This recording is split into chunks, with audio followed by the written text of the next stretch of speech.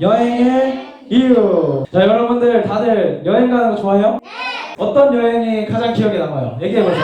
수영장, 동해바다 갔었어. 캠핑. 이렇게 우리 살아가면서 짧게 여행을 갈 때도 있고 또 길게 여행을 가곤 합니다. 그렇게 여행을 하고 돌아올 때 거의 모든 사람이 공통적으로 하는 얘기가 있어요. 여행을 딱 갔다 왔을 때 이렇게 얘기합니다. 우리 집이 역시 최고야. 여행 갔다 오면은 이런 얘기를 하는 거예요. 여행을 할 때 물론 재미가 있습니다. 그리고 새로운 것들도 많이 보고 좋은 경험을 많이 하죠. 그런데도 집에 들어오면 역시 우리 집이 최고야, 이런 말을 하는 거예요. 그렇다는 것은 여행이 아무리 좋아도 집에서 느끼는 편안함만큼의 편안함을 느낄 수가 없기 때문이겠죠. 이와 마찬가지로 우리의 인생도 사실은 여행을 하는 중이에요. 자, 우리의 진짜 집은 어디 있어요? 그렇지, 다 알고 있구나. 그렇게 우리의 진짜 집은 하늘나라이기 때문에 이 삶을 살아가면서 우리는 여행을 하듯이 많은 것을 경험하고 행복도 느끼고 즐거움을 느껴요. 그렇게 좋은 감정을 많이 느끼지만 우리의 진짜 집인 예수님께서 계시는 하늘나라에 딱 가면 이 땅에서 살면서 느끼는 그 많은 것들보다 훨씬 더 큰 편안함과 기쁨과 감사함과 감격을 막 느끼게 되겠죠. 마치 여행 갔다가 돌아온 것처럼 역시 우리 집, 천국이 역시 최고야, 이렇게 되는 거예요. 자, 오늘의 말씀은 우리가 가야 할 집, 진짜 하늘나라에 대해서 이제 소개를 하고 있습니다. 자, 이 말씀을 우리가 잘 보고 우리가 이 땅에서 사는 것만을 너무 좋아하기보다, 이 땅에서 여행하는 것만을 너무 좋아하기보다 진짜 우리 집인 그 하늘나라 가는 것을 훨씬 더 좋아하는 우리 친구들이 되기를 소망합니다. 아멘. 자, 그럼 먼저 1절 말씀 함께 보겠습니다. 예수님께서 사도 요한에게 뭔가를 딱 보여주시는데 그것을 뭐라고 표현해요? 새 하늘과 새 땅이라고 표현하고 있어요. 새로운 하늘 그리고 새 땅을 너희에게 줄 것이다, 이렇게 표현하고 있는데 특징이 한 가지 있어요. 뭐가 없어요? 바다가 없어요. 근데 이 바다는 우리가 생각하는 그 바다랑은 조금 다릅니다. 자, 우리가 살펴보고 있는 이 요한계시록 말씀을 보면 우리 여러 가지 짐승들 봤잖아요. 막 붉은 용도 막 나오고 뿔이 10개 달린 짐승도 막 나오고 그러는데 그 짐승들을 가만히 보면 다 어디서 올라오냐면 다 바다에서 나와요. 그래서 성경 말씀에 등장하는 이 바다는 우리를 유혹하는 악한 것들이 올라오는 세상을 의미합니다. 세상 사람들의 생각과 마음, 이런 마음들이 막 모여있는 세상을 가르치는 단어가 뭐예요? 두 글자? 바다. 끝도 없이 펼쳐진 바다의 모습으로 이렇게 시꺼먼, 깊이 들어갈수록 아무것도 알 수 없는 이 바다의 모습으로 이런 마음들, 세상의 더러운 것들을 표현한 거예요. 자, 그런데 그 바다가 주님께서 우리에게 주실 새하늘과 새 땅에는 있어요, 없어요? 없다는 거예요.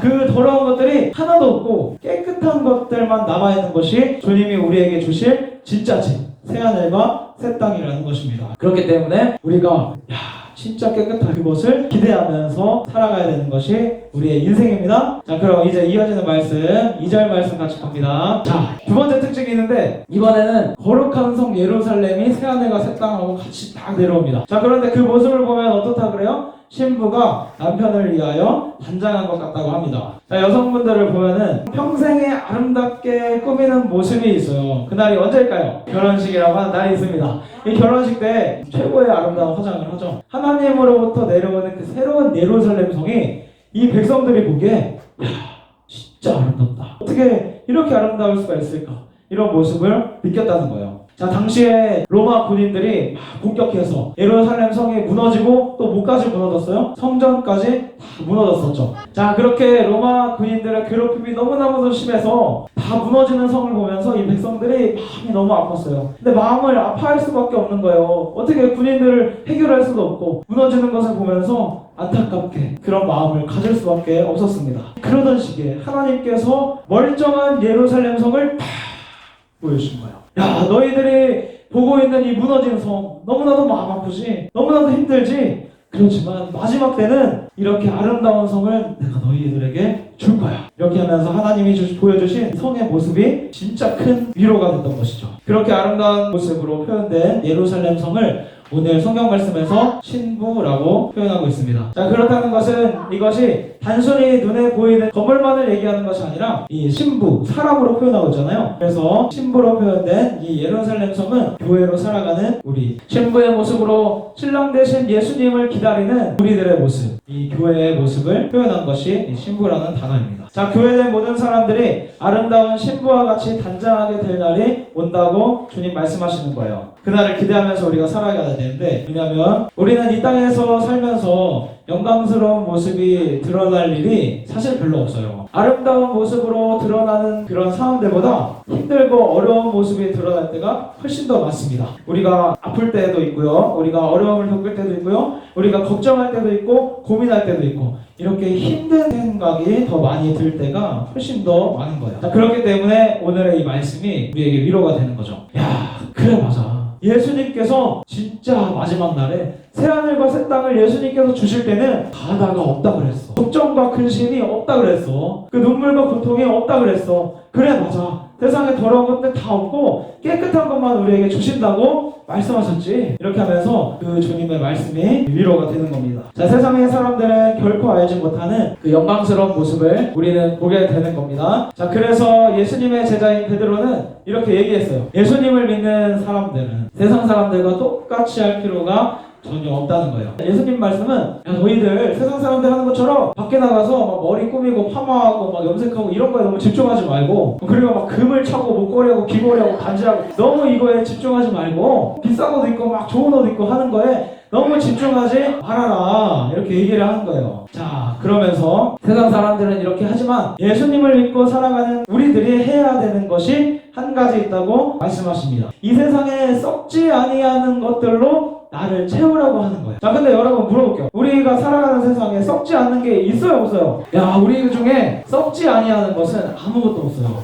근데 유일하게 영원한 것이 있는데 바로 하나님의 말씀, 썩지 않는 거예요. 이것만이 썩지 않는 겁니다. 자, 우리 성경 말씀을 통해서 한번 확인해 보겠습니다. 풀은 마르고 꽃은 시드나 우리 하나님의 말씀은 영원히 서리라 하라. 아멘. 야, 성경 말씀이 증거하고 있죠. 하나님의 말씀은 영원하다. 자, 이렇게 썩어지지 않는 영원한 말씀으로 하나님이 나를 채우라고 하시는 겁니다. 자, 그렇게 살아가는 사람이 주님께서 약속하신 새하늘과 새 땅을 기대하며 살아가는 그 사람인 거예요. 결국에는 이 땅의 모든 것이 다 사라지고 영원한 나라가 우리에게 올 텐데, 이 땅을 살면서 썩어질 것만을 바라보며 사는 삶이 얼마나 불쌍한가요? 그래서 우리 예수님께서 말씀하시는 거는, 얘들아, 너무 나를 꾸미는 것만 집중하지 말고, 내 성적 올리는 것만 집중하지 말고, 내 인생 잘 되는 것만 집중하지 말고, 그렇게 썩어질 것에만 집중하지 말고 영원한 하나님의 말씀을 먹으라는 거예요. 하나님의 말씀을 내 안에 채우라는 거예요. 그 말씀은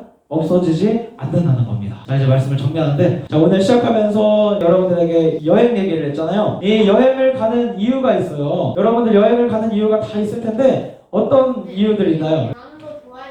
마음도 좋아지고 재밌어요. 그렇지? 우리가 이렇게 여행을 가는 이유들이 다 있어요. 자, 그런데 우리가 여행을 가는 진짜 이유가 있습니다. 재밌고 신나고 이런 거를 왜 경험하려고 하느냐? 갔다가 다시 돌아왔을 때 새 힘을 얻고 다시 열심히 하기 위해서 우리가 여행을 간다는 거예요. 야, 내가 공부하다 보니까 너무 힘들어. 그렇게 하다 보면 너무 힘드니까 쉼이 필요한 거예요. 그래서 여행을 가서 쉬고 맛있는 거 먹고 즐겁게 놀고 다시 와서 더 열심히 하겠다. 이 재충전을 위해서 여행을 가는 겁니다. 자, 마찬가지로 우리가 살아가는 이 삶을 여행이라고 했어요. 여행은 왔다가 다시 집으로 가는 거죠. 자, 우리가 이 삶을 여행처럼 잠깐 살다가 다시 천국으로 갈 것이라면 지금 주어진 이 땅에서의 시간, 80년, 90년, 100년, 이 시간은 어떤 시간이냐면 다시 돌아갈 천국을 바라보면서 준비하는 시간이라는 거예요. 자, 우리는 영원한 하늘나라, 그 새하늘과 새 땅에 가야 될 사람들이기 때문에 이 땅에서 썩어질 것들, 이런 것들을 막 부러워하면서 야, 나 이거 좀 더 갖고 싶어,